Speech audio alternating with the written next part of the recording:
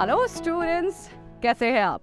तो आज हम देखने वाले हैं फंकी में जो 4 क्लासेस है उनको सबसे इजीएस्ट वे में कैसे याद किया जाए, क्योंकि बच्चा बहुत कंफ्यूज रहता है ये टॉपिक याद करने में।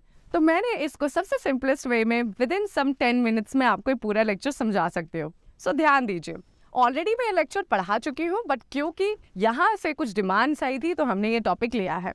तो सबसे पहले हम बात करते हैं हमारे फाइकोमाइसिट्स से ये तीनों रेस्टोफॉल कैसे डिवाइडेड है। तो पॉइंट नंबर 1, फाइकोमाइसिट्स में अगर हम हाइफी को देखते हैं तो ये कोइनोसाइटिक होती हैं, और बेटा ये जो होती हैं वो असेप्टेट होती हैं। लेकिन अगर ये तीनों को आप देखें तो ये है सेप्टेट और ये होती है यूनिन्यूक्लिएटेड, और आप इसे लिख सकते हैं ब्रांच्ड।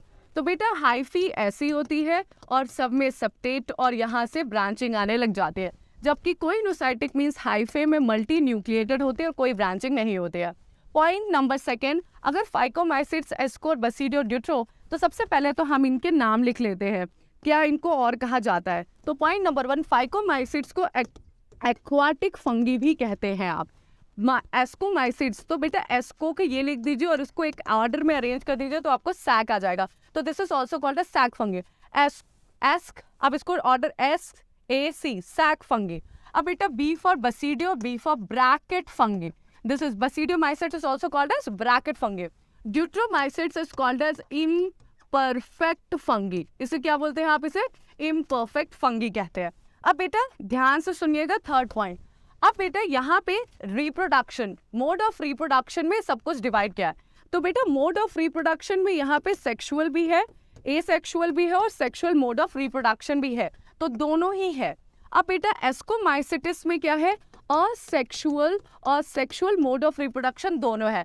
लेकिन in basidiomycetes only sexual mode of reproduction है, और ड्यूटेरोमाइसिट्स में ओनली असेक्सुअल और वेजिटेटिव मोड ऑफ रिप्रोडक्शन है। Only asexual and vegetative.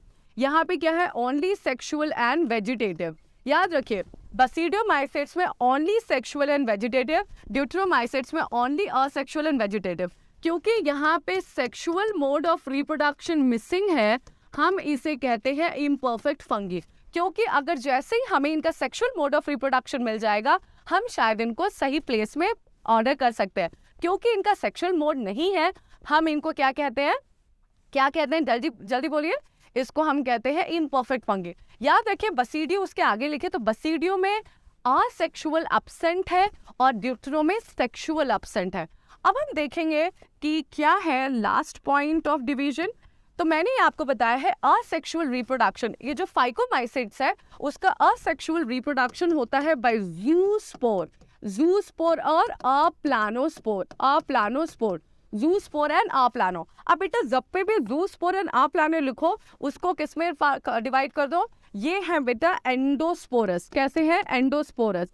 ये इनसाइड द स्पोरेंजियम इनका डेवलप होता है। सेक्सुअल रिप्रोडक्शन है by the zygospore, zygospore. Sexual reproduction by zygospore, zygospore. तो 2 गैमीट्स आती है, मिलती हैं और जाइगोट लाइक स्ट्रक्चर बनाएंगे, जाइगोस्पोर।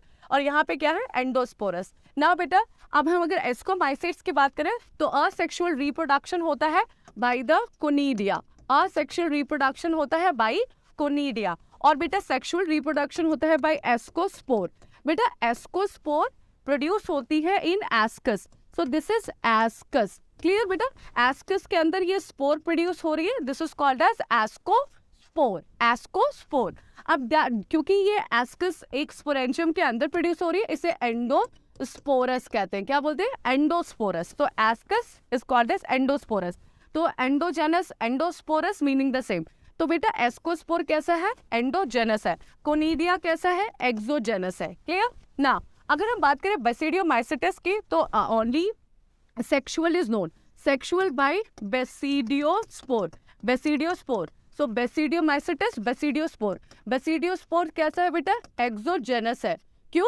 देखो ये एक सैक लाइक स्ट्रक्चर है called as basidio, basidium, basidium. अब बेसिडियम के अंदर बेसिडियोस्पोर आ रहे हैं, राइट? तो बेसिडियम के अंदर नहीं, बेसिडियम के बाहर ये स्पोर आ रहे हैं, called as basidiospore, that's why these are exogenous.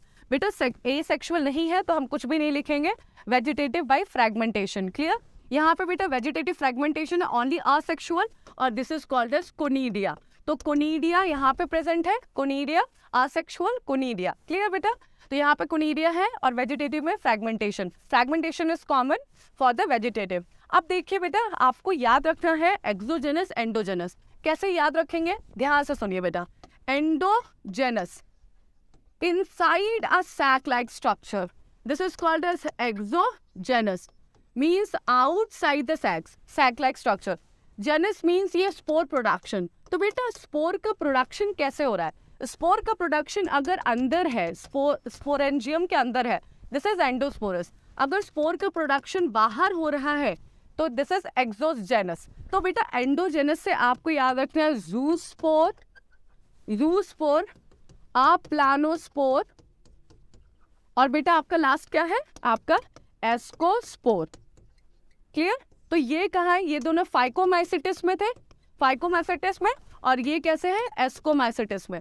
अब बेटा एक्सोजेनस में आपको कोनिडिया याद रखनी है और आपको बेसिडियोस्पोर याद रखना है। तो बेटा this is the basidium, this is basidium. Clear बेटा? बेसिडियम के अंदर क्या होता है? मियोसिस और कैरियोगेमी। कैरियोगेमी एंड मियोसिस होता है, जिसकी वजह से क्या प्रोड्यूस होती है? 4 बेसिडियोस्पोर प्रोड्यूस होती है बाहर की तरफ। That's why these are exogenous. So conidia and basidiospore are exo, and phyco और एस्को में क्या होता है? एंडोजेनस स्पोर का डेवलपमेंट होता है। तो I hope you understand the point. Last and very important, dikaryon stage. तो आपको बता दो, बेसिडियोस्पोर्स और आपका एस्कोस्पोर में एक स्टेज आती है जिसे डाइकैरियन स्टेज कहते हैं, या आप ये मानिए एस्कोमाइसिटिस एंड बेसिडियोमाइसिटिस में डाइकैरियन स्टेज आती है, जिसमें आपको क्या होगा? प्लास्मोगेमी के बाद डायरेक्टली कैरियोगेमी नहीं होता है। यहाँ पे एक स्टेज होता है जहाँ पे हाइफी में 2 न्यूक्लियस साथ में होते हैं बट फ्यूज नहीं होते। तो कैसे सिचुएशन है? ये आपका हाइफी है, यहाँ पे N+N सिचुएशन है, तो 2N together, so this structure is called as dikaryon. अब बेटा ये हो गया तो ये जाइगोट बन गया। Clear? So I hope you understand my point and will stay tuned with me for further. Take care. Bye.